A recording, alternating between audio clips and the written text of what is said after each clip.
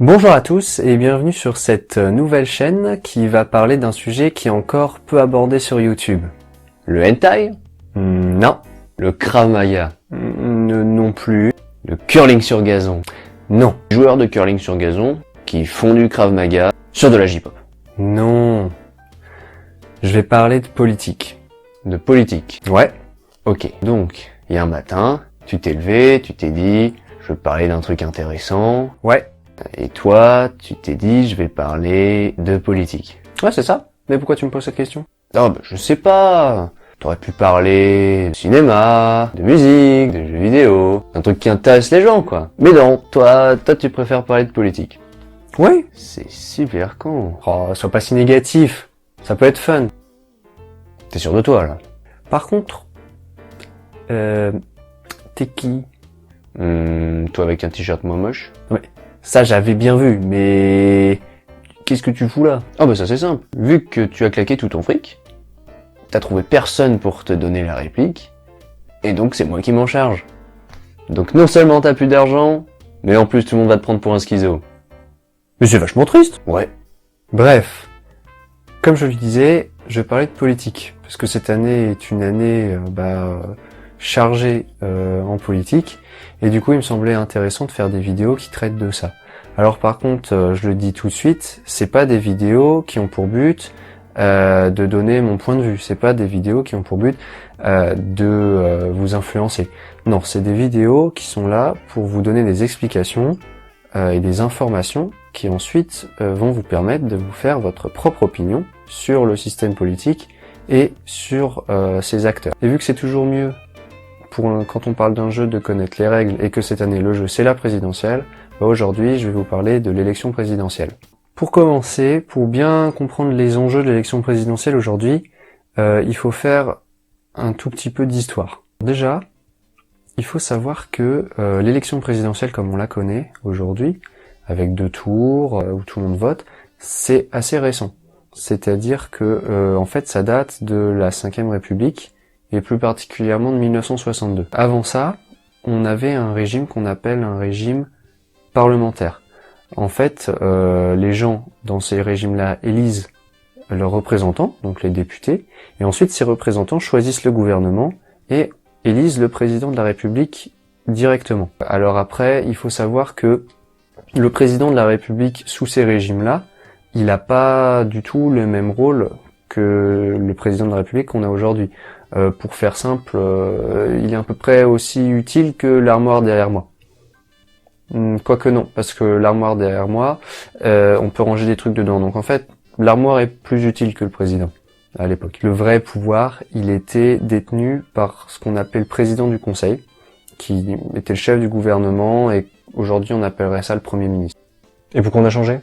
Eh ben tout simplement parce que ces régimes, ils étaient très instables. Hein. Que ce soit la Troisième ou la Quatrième République, c'est assez rare que les gouvernements restaient longtemps en place. Parce qu'en fait, dans ces régimes-là, c'était très très rare qu'il y avait un parti politique qui pouvait gouverner tout seul, qui avait assez de députés pour gouverner tout seul. Du coup, en fait, souvent, les gouvernements, ils étaient formés d'alliances entre plusieurs partis. Et du coup, dès qu'un parti était plus d'accord avec les autres, il partait et le gouvernement était renversé. Du coup, un gouvernement à l'époque, c'est rare qu'il durait plus d'1 an. Il y en a beaucoup qui même duraient même 100, 200 jours, et même parfois c'était bien pire. Hein. Il y en a qui duraient moins d'1 semaine. Par exemple, il y a le gouvernement Ribot III qui a tenu 4 jours. Sérieusement. Oh les champions. Du coup, en fait, à cause de cette instabilité, il y a eu des crises politiques. Et donc, lors d'une de ces crises, De Gaulle a été rappelé au pouvoir comme président du Conseil, et il a changé pas mal de choses, dont la Constitution, et on est passé dans ce qu'on appelle la Ve République, qui est toujours notre régime aujourd'hui. Mais au début de la Ve République, le président, il n'était pas élu comme il l'est aujourd'hui. En fait, De Gaulle, il voulait que le président, il soit élu parce qu'on appelle des grands électeurs. Alors, pour faire simple, c'était quelques dizaines, voire centaines de milliers de personnes, et c'était les parlementaires, donc députés, sénateurs, t'avais aussi les maires, les conseillers départementaux, bref, la plupart des élus locaux et nationaux. Donc c'était déjà mieux, parce que ça représentait quelques centaines de milliers de personnes, alors qu'avant c'était les députés entre eux, quoi. En revanche, assez vite s'est posé un problème, qui était le problème de la légitimité du président de la République suivant. Parce que le président de la République, comme De Gaulle le concevait, c'est un type qui a énormément de pouvoir. On parle quand même du type qui a le feu nucléaire entre ses mains. Donc c'est pas rien quand même. Et du coup, pour avoir un tel pouvoir dans une démocratie, il vaut mieux avoir la légitimité du peuple. Or, en étant élu par des grands électeurs, cette légitimité, on l'avait pas trop. Bon alors De Gaulle, lui, il avait pas de problème à être légitime. Parce que le mec avait quand même été chef de la résistance, il avait un peu été dans les vainqueurs de la Seconde Guerre mondiale, donc le mec pesait. C'était un petit peu le Chuck Norris de l'époque. C'est sûr pour la comparaison là ? Oui. Mais le problème, c'est que tout le monde ne gagne pas des guerres mondiales, et du coup, tout le monde n'avait pas la même légitimité que lui. Et du coup, ce qu'il craignait, c'est que ses successeurs, ils auraient pas la même assise pour gouverner un pays. Et du coup, pour régler ce problème, et donc faire que ses successeurs soient aussi légitimes que lui pour exercer correctement le pouvoir, au lieu de les faire élire par quelques centaines de milliers de personnes, il a préféré faire élire les présidents de la République au scrutin universel direct, c'est-à-dire par l'ensemble des Français. Parce que c'est quand même toujours plus simple de gouverner quand t'as des millions de personnes derrière toi qui ont voté pour toi, plutôt que quand t'es tout seul ou soutenu par quelques élus. Oh, bravo, tu viens de résumer le principe même de la démocratie. Heureusement que t'es là. Oh, ça va, hein. Ah, ça va si on peut plus déconner, hein. Assez d'histoire pour aujourd'hui. Bon, alors ça c'est une question plutôt simple, et vous vous en doutez, tout le monde vote. Si vous avez 18 ans, ou que vous aurez 18 ans au jour du vote, vous pourrez voter. Ainsi, vous pourrez exercer le droit le plus important de votre majorité. Oui, il y a aussi le droit d'acheter de l'alcool. Oui, il y a ça aussi. Gérer son compte en banque sans avoir les parents sur le dos. Oui, c'est vrai, oui. On évite de se recaler en boîte aussi. Oui, on a compris. La deuxième condition pour pouvoir voter, c'est d'être inscrit sur les listes électorales.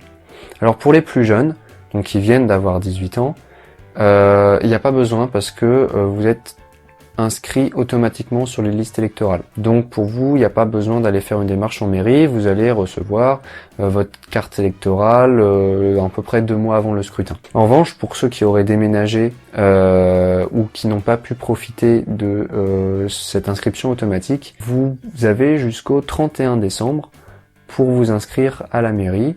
Ça prend pas très longtemps à faire, et au moins, même si vous n'allez pas voter le jour J, ça vous permet quand même d'avoir la possibilité de le faire. Parce que si vous décidez à aller voter genre en mars, mais que vous êtes pas inscrit sur la liste, même si vous le voulez, vous pourrez pas voter parce que vous n'aurez pas été pris en compte. Bon, alors vous vous en doutez là aussi, tout le monde peut pas être candidat. Sinon, ça tiendrait plus du bordel généralisé que d'une élection bien tenue. C'est déjà un grand bordel généralisé. Oui, mais ce serait pire. Ah ça c'est de la répartie. Ah, tais-toi. Pour être candidat, déjà la première règle, c'est la même que pour être électeur, c'est-à-dire il faut être inscrit sur les listes électorales. Mais ça suffit pas. À côté de ça, il y a une condition très importante, c'est les 500 signatures.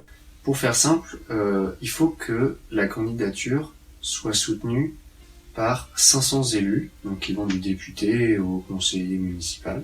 Bon, des élus en France, il y en a plus de 40 000. Donc en soi, ça devrait pas être trop compliqué d'en trouver 500 des élus.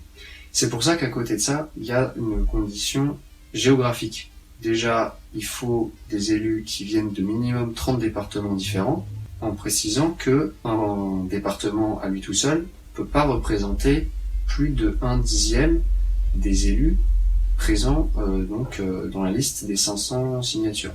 Cette condition géographique, elle est nécessaire parce que vu que c'est des élus, t'en as facile 500 dans un seul département, il pourrait avoir un gros problème qui ferait que chaque département pourrait avoir son candidat. C'est pour ça que c'est obligé d'avoir des restrictions géographiques pour là aussi limiter le nombre de candidats à un nombre raisonnable.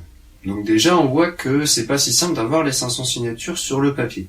Mais en plus de ça, t'as d'autres facteurs qui rendent l'obtention de ces signatures encore plus difficile. Notamment, c'est que la plupart des élus, ils sont affiliés à un parti politique. Et du coup, les partis politiques disent aux élus qui leur sont affiliés de ne pas soutenir d'autres candidats. Alors évidemment, ça permet quand même de réduire le nombre de candidats. Mais pas toujours. Par exemple, en 2002, il y avait 16 candidats. Ce qui est déjà pas mal. L'autre problème, c'est qu'il y a beaucoup de gens qui disent que ce système est antidémocratique. Pour la simple et bonne raison que, comme on l'a vu, les partis politiques jouent un rôle important dans l'obtention des signatures. Et du coup, il y a certains candidats qui auraient pu faire un bon score qui peuvent pas se présenter finalement parce que ils n'ont pas assez d'élus, soit parce qu'ils sont pas soutenus par un parti politique, soit parce qu'ils sont soutenus par un parti politique qui a pas encore assez d'élus. Alors que dans le cas contraire, quelqu'un qui est dans un tout petit parti politique et qui fait son réseau d'élus depuis des décennies, même s'il va faire un score tout pourri à la présidentielle, il va pouvoir se présenter parce que justement, il a eu le temps de faire son réseau. Et en plus de cela, il y a une autre condition qui vient de se rajouter et qui rend encore plus difficile l'obtention des signatures, c'est que désormais, le nom des élus qui signent va être publié, ce qui n'était pas le cas auparavant. Et du coup, des élus qui auraient pu signer s'ils avaient la garantie que ce soit anonyme, ne le feront pas pour la simple et bonne raison qu'ils n'ont pas envie que leur nom soit associé à la présidentielle. Donc c'est vraiment difficile d'obtenir ces signatures. Alors en France, on vote 2 fois. Au premier tour et 2 semaines plus tard au second tour. Alors le premier tour, il est intéressant pour plusieurs raisons. Alors première raison, parce que ça va permettre de connaître les 2 qualifiés au second tour. C'est-à-dire que les 2 premiers qui arrivent en tête vont être qualifiés, et c'est parmi ces 2-là que la population va trancher pour savoir lequel des 2 va devenir président de la République. Donc déjà voilà, ça permet d'affiner un peu le choix des gens, ça permet de savoir à peu près qui va être président. L'autre point intéressant du premier tour, ça va être de voir le score des autres candidats qui n'ont pas été qualifiés. Parce que malgré tout, ils peuvent jouer un rôle jusqu'au deuxième tour. Un candidat qualifié, il va avoir besoin du soutien d'autres candidats qui n'ont pas été qualifiés pour gagner. Et ce soutien, il n'est pas gratuit. Donc la plupart du temps, pour obtenir ce soutien, ils vont faire des promesses aux candidats dont ils veulent obtenir le soutien, notamment faire appliquer certaines de leurs idées. Et à côté de ça, ils vont aussi leur promettre un mandat de député et des postes au gouvernement pour qu'ils appliquent une partie de leurs idées. Bref, ils ont plus au front. Oui et non. Parce que oui, évidemment, il y en a qui vont négocier leur soutien pour un poste. Mais c'est pas toujours le cas. Il y a aussi des candidats qui vont soutenir un des 2 qualifiés au second tour pour faire appliquer des idées qu'ils pensent bonnes pour le pays, mais qui du coup ne peuvent pas l'être s'ils passent pas d'accord.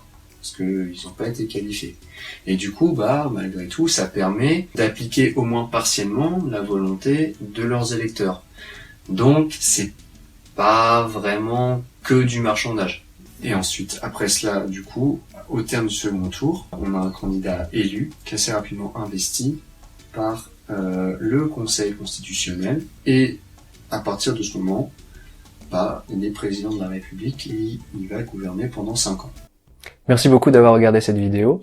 N'hésitez pas à partager, à liker. N'hésitez pas non plus à laisser votre avis dans les commentaires, parce que vu que c'est la première fois que je tourne une vidéo, je sais qu'il y a sûrement plein de choses à améliorer, et j'ai hâte de voir ce qui vous a plu, ce qui vous a moins plu, ce que vous voudriez voir dans les prochaines vidéos. À très bientôt!